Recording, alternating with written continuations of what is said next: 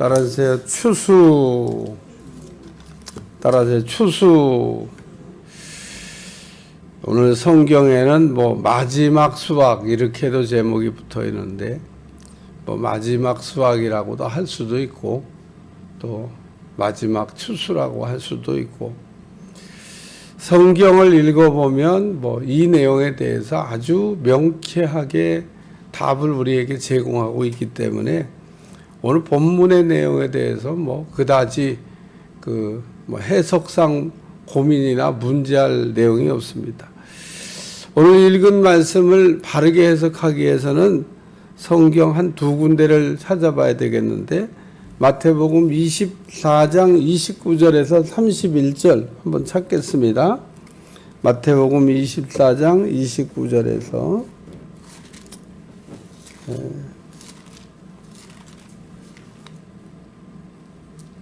마태복음 24장 29절에서 31절 다 같이 한 목소리 읽습니다. 시작. 그날 환란 후에 즉시 해가 어두워지며 달이 빛을 내지 아니하며 별들이 하늘에서 떨어지며 하늘의 권능들이 흔들리리라. 그때 인자의 징조가 하늘에서 보이겠고 그때 땅의 모든 족속이 통곡하며 그들이 인자가 구름 타고 능력과 큰 영광으로 오는 것을 보리라. 그가 큰 나팔 소리와 함께 천사들을 보내리니 그들이 그의 택하신 자들을 하늘 이 끝에서 저 끝까지 사방에서 모으리라. 마태복음 3장 12절. 우리 마태복음 3장 12절.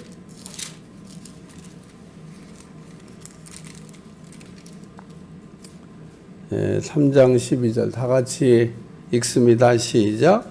손에 키를 들고 자기의 타작마당을 정하게 하사 알곡은 모아 곡간에 들이고 쭉정이는 꺼지지 않는 불에 태우시리라. 마태복음 24장 우리가 읽은 말씀을 이렇게 보면은 예수님께서 어떻게 오신다고 하는 이야기와 더불어서 예수님께서 오실 때 하시는 일에 대해서 설명하고 있는데, 여기 마태복음 24장 에 보면 예수님께서 구름 타고 오실 때 능력과 큰 영으로 오는 것을 보리라 그러면서 그가 그 큰 나팔 소리와 함께 천사들을 보내서 알곡들을 추수할 거라고 하는 이야기를 말씀하고, 오늘 마태복음 3장은 추수의 순서를 얘기한 겁니다. 추수할 때 쭉정이를 먼저 거두냐, 알곡이를 먼저, 알곡 걷어갖고 먼저 곡간에 넣고 그 다음에 쭉정이는 불에 태운다라고 하는 말씀을 우리에게 들려주고 있습니다. 오늘 본문에도 역시 그와 같은 내용을 이렇게 중심으로 해서 말씀하고 있는 내용이다. 그렇게 이해하시면 되겠어요. 한 군데 더 읽을 말씀이 있는데 데살로니가전서 4장 16절에서 17절입니다.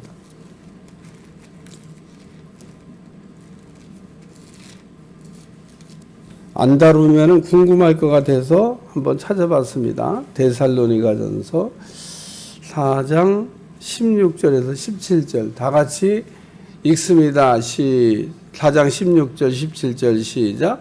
주께서 호령과 천사장의 소리와 하나님의 나팔 소리로 친히 하늘로부터 강림하시니 그리스도 안에서 죽은 자들이 먼저 일어나고 그 후에 우리 살아남은 자들도 그들과 함께 구름 속으로 끌어올려 공중에서 주를 영접하시니 그리하여 우리가 항상 주와 함께 있으리라.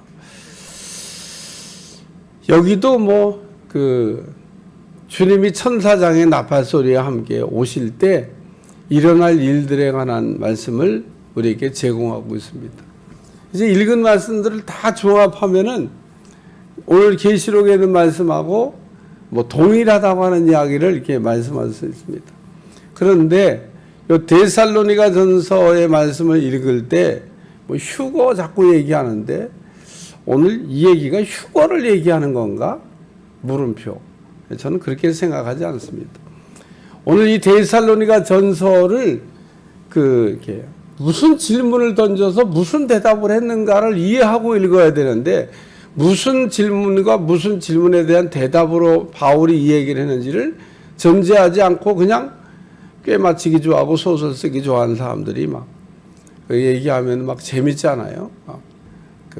공중으로 막 들려 올라간다니까. 그 얘기가 중요한 게 아닙니다. 요 데살로니가 전서의 내용은 우리가 예수님이 오시기를 간절히 기다리다가 먼저 죽은 자들이 있는데 이 사람들은 어떻게 되는 겁니까? 라고 바울에게 물어본 거예요. 그래서 바울이 그거에 대한 대답을 한 겁니다. 그 이상도 그 이하도 아닙니다. 그러니까 예수님을 믿고 살다가 예수님 오시기 전에 죽은 자들이 어떻게 될 것인가에 대한 질문과 대답이기 때문에 그걸 전제하고 읽으면 뭐 오늘 본문이 아주 쏙 들어오는 거죠. 무슨 내용인지. 예수님이 이렇게 천사장의 나팔 소리와 함께 오실 때, 지금 만약에 오신다 그러면 제가 지금 이렇게 살아있기 전에 죽으신 분들이 있을 거 아니에요. 그리고 우린 살아있잖아요. 그러면 왜 죽은 자가 먼저 일어나야 되죠? 주님이 오셨으니까 일어나야 되는 거죠. 당연하게. 예수님 잘 믿다가 죽은 사람만 일어나냐? 아닙니다. 다 일어납니다. 다. 악한 자들도 일으키고요. 예수님 믿다가 잘 믿다가 죽은 분도 일어나고 다 일어나는 겁니다. 다. 왜 다 일어나지? 심판받으려고 일어나는 거죠.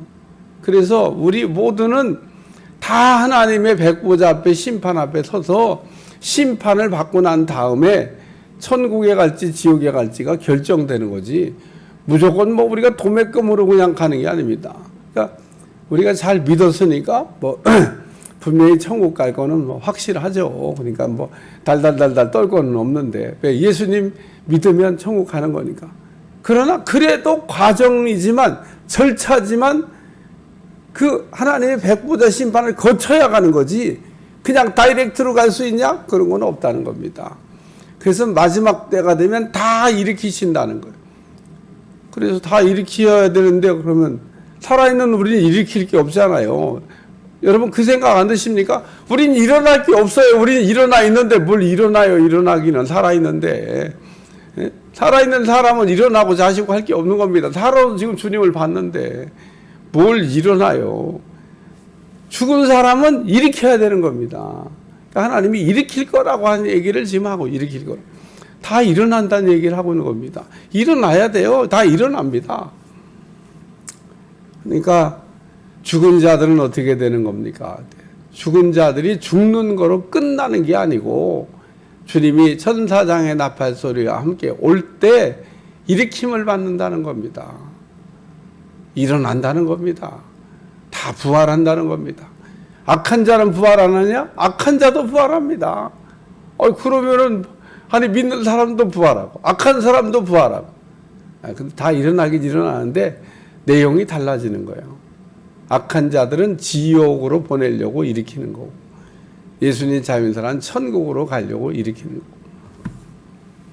그래서 여기 예수님을 믿다가 죽은 사람들은 어떻게 되는 겁니까? 라고 하는 거에 대한 질문. 초대교회는요, 오늘날 우리가 사는 것보다 훨씬 더 주님을 간절하게 기다렸습니다.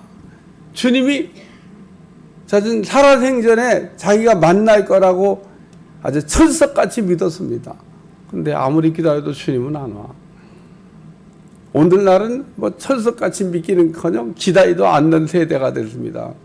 그러니까 주님이 하신 말씀이 맞는 거예요. 인자가 올 때 믿는 자를 찾아보겠느냐라고 하는 말씀과 내가 도적같이 온다는 겁니다. 전혀 정신 못 차리고 있을 때 주님이 주님 오셨네 막 이렇게 될 거라는 겁니다.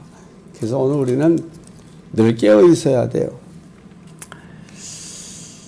그래서 오늘 계시록 우리 14장에는 이제 14만 4천 입 맞은 사람들에 대한 구체적인 설명과 더불어서 하나님의 심판, 예고입니다. 하나님이 어떤 사람들을 벌하실 건가?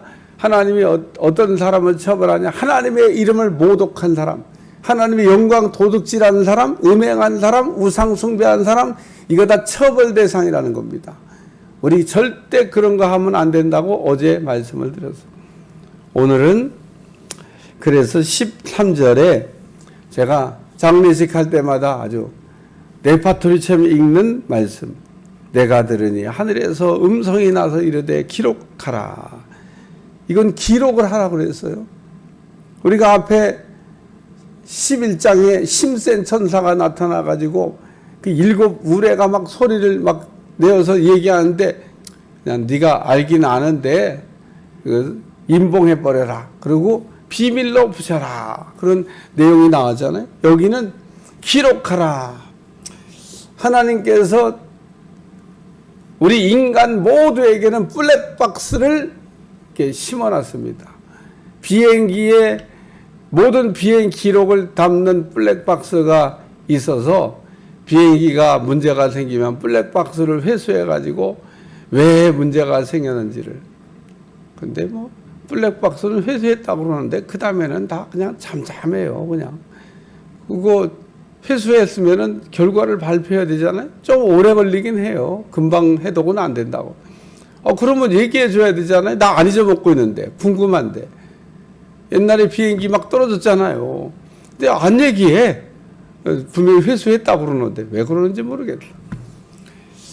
근데 오늘 인간도 하나님 블랙박스를 다 넣어놨습니다. 우리 인간은 모든 기록이 사라지는 게 아니고 다 그렇게 기록이 됩니다.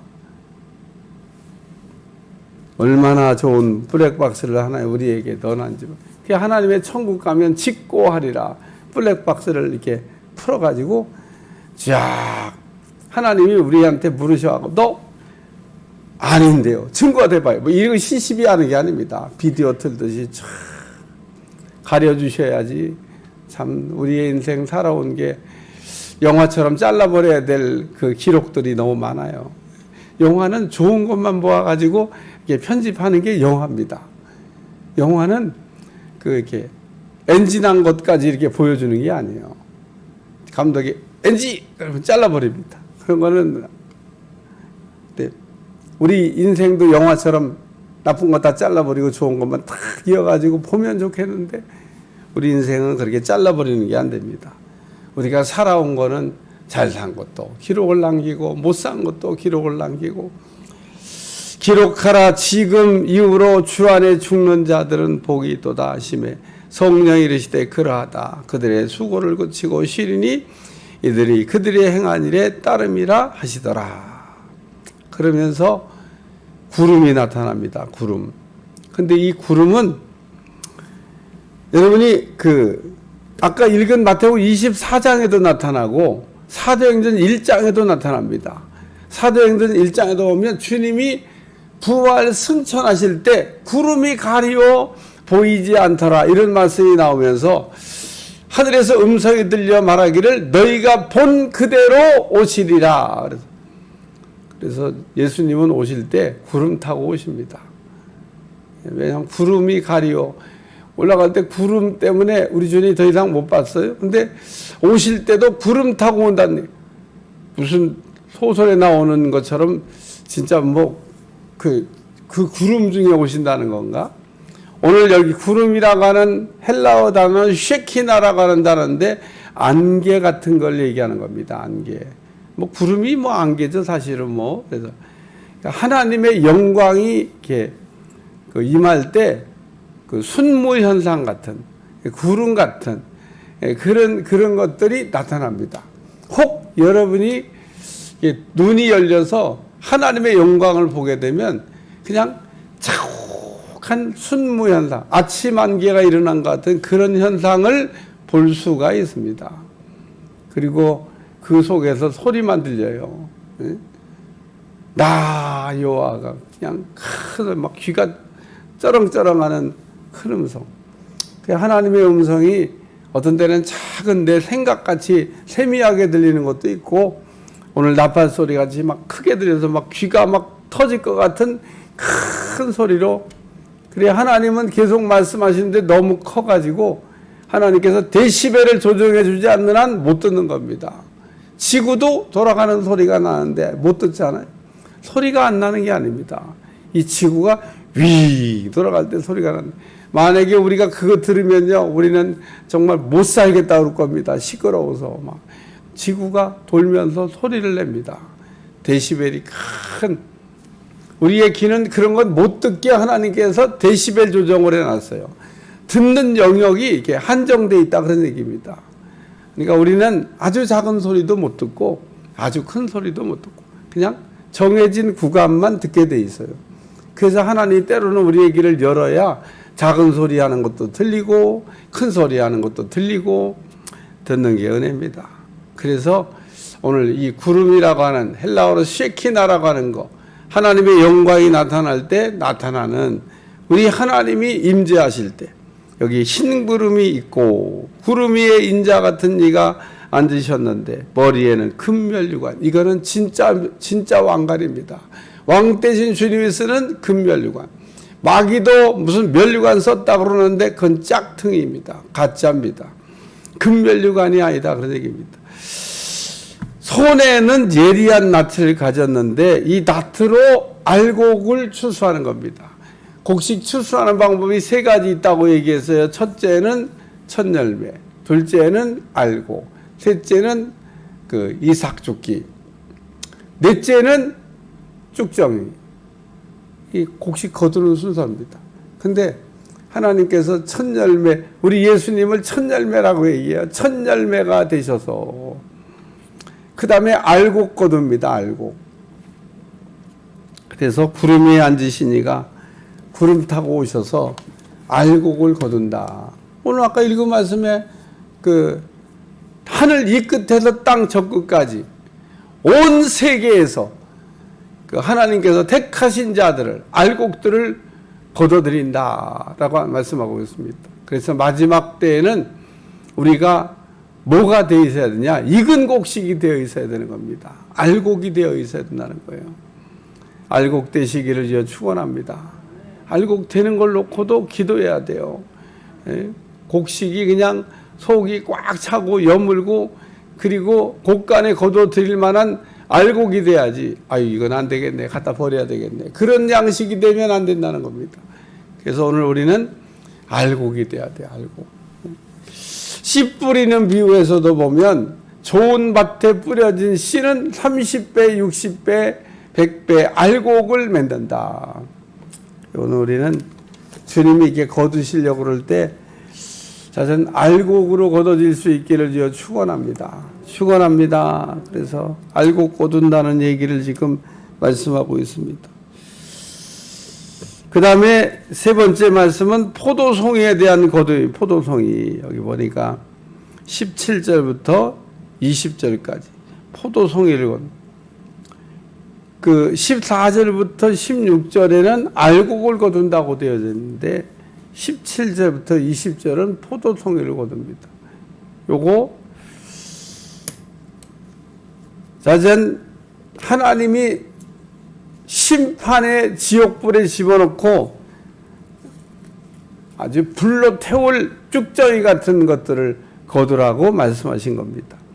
그래서 여기 불을 다스리는 다른 천사가 제단으로다 예리한 낫을 가지고 포도송이를 거두라는데 포도송이가 이스라엘을 상징하기도 하고 또 예를 들면 아주 하나님이 거두어서 심판할 그런 포도, 이중적으로 성경에 쓰여져 있습니다. 여기 포도는 뒤에 19절에 보면 천사가 낫을 땅에 들러 땅에 포도를 거두어 하나님의 진노의 포도주 큰 틀에 던졌다. 알곡을 하나님의 진노의 포도주 큰 틀에 던져갖고 그냥 이렇게 그 짜는 게 아닙니다. 알곡은 여기다가 안 넣습니다. 그래서 오늘 여기 14절에 추수하는 것과 17절에 추수하는 게 다르다라는 얘기를 지금 말씀하고 있습니다. 마지막 때에 하나님께서 알곡을 거둔다는 얘기와 동시에 쭉정이도 거두셔서 불에다가 태우시기 위해서 거둔다라고 하는 말씀을 우리에게 들려주고 있습니다. 오늘 14장까지 우리가 왔는데 우리가 14장까지 오면서 우리가 잊어버리지 말아야 될 내용이 그 8장에 7죄인이 떨어지면서 7천사가 7나팔을 불더라. 그래가지고 이제 7죄인이 떨어지니까 5장 1절에 있었던 그 하나님의 손에 들려있던 안팎으로 쓰여진 7인봉한 내용을 본다 그랬는데 7죄인 떨어져서 보니까 7천사가 7나팔을 들구나. 제가 그때 8장을 우리가 설명하면서 8장에는 나팔 4개가 불고 8장 13절에 아직 독수리가 날아가면서 나팔 3개가 더 남았는데 나팔이 불 때마다 화가 있다. 그래서 그 나팔 부는 얘기를 했는데 나팔이 부는 거는 신랑이 온다. 그러니까 나팔이 뿌 첫째 나팔 불면서 신랑이 오고 계십니다. 그러고 얘기를 드렸어요. 그리고 제가 이제 그 7째 나팔이 이제 불 때, 그래서 부장으로 넘어오니까 5째 천사가 나팔을 불었고 6째 천사가 나팔을 불었고 그랬잖아요. 5째 천사, 6째 천사. 그게 9장이에요. 5째 천사가 나팔 부니까 화가 하나 나타났는데 그게 무적이 열리면서 황충. 그리고 6째 천사가 나팔을 부니까 마병대가 나타났습니다. 그러면서 거기에 또 니풀을 하나 달아오기를 아직 나팔이 한 개 더 남았다. 7째 천사가 나팔 불게 하나 더 남았다. 그러고 화가 남은 거를 얘기하고 있습니다. 그래서 그 이후에도 막 더 복잡한 얘기가 나오는데 그 나머지 화가 남아서 그래요. 그리고 7째 나팔이 다 불면 어떻게 되는 거죠? 그럼 신랑이 왔다. 그렇게 되는 겁니다.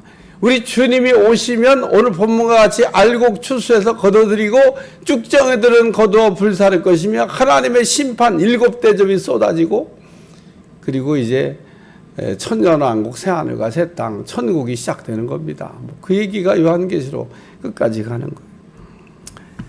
그래서 12장에 우리가 보면 그 해를 옷 입은 여자가 나오는데 이 마귀들이 막 해로 옷 입은 여자하고 싸웁니다. 그래서 하늘에 전쟁이 나가지고 마귀가 쫓겨났고 땅으로 쫓겨나서 해를 옷 입은 여자가 싸우다가 치니까 해로 옷 입은 여자와 남은 자손들과 또 막 싸우려고 바다 위에 섰더라. 바다 위에 선 놈 보니까 요게 적그리스도라고 얘기했습니다. 요게 계시록 13장 얘기고 13장에 바다에 올라섰던 그러니까 이 마귀가 하늘과 땅의 전쟁에 치니까 자기 똘마니 시켜가지고 그리고 또 똘마니가 하나 또 나왔는데 그게 거짓 선지자. 이건 똘마니의 똘마니입니다. 적그리스도의 또 똘마니가 하나 나타나가지고 그래 성도들을 이렇게 어렵게 한다.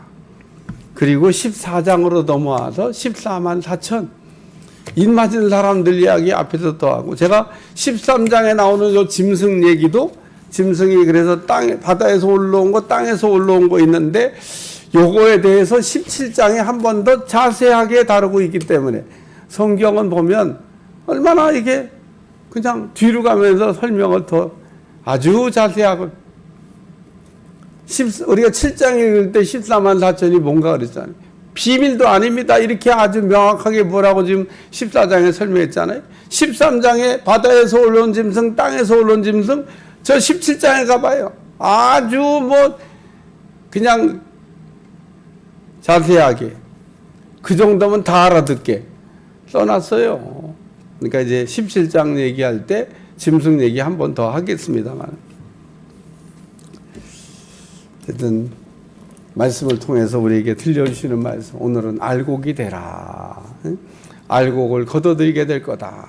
하나님의 나팔 소리와 함께 주님이 오시면 알곡은 걷어서 곳간에 드리고 쭉정이는 걷어 심판할 거란 얘기 마태복음 24장에 주님이 하신 말씀과 이 말씀은 똑같이 동일하게 연결되고 있다는 겁니다. 그리고 아까 얘기한 대로 데살로니가서에 나오는 얘기는 예수님 오실 길 나를 기다리고 있다. 죽은 자들이 어떻게 돼? 주님 오시면 다 일으킨다는 얘기죠. 뭐 예? 죽은 자들도 일어나고 산 자는 주님을 영접하여 어린 양의 혼인잔치에 들어가게 된다. 뭐 그 얘기인 겁니다. 말씀을 여러분이 잘 정리하고 신앙의 영적인 무장을 잘할 수 있기를 주님 축원합니다. 기도하겠습니다. 하나님, 오늘도 계시록의 귀한 말씀으로 우리를 깨닫게 하심을 감사드리며 잘 깨닫고 바로 믿고 바로 살 수 있도록 도와주시며 바로 섬기게 하여 주옵소서. 예수님의 이름으로 간절히 기도하옵나이다. 아멘.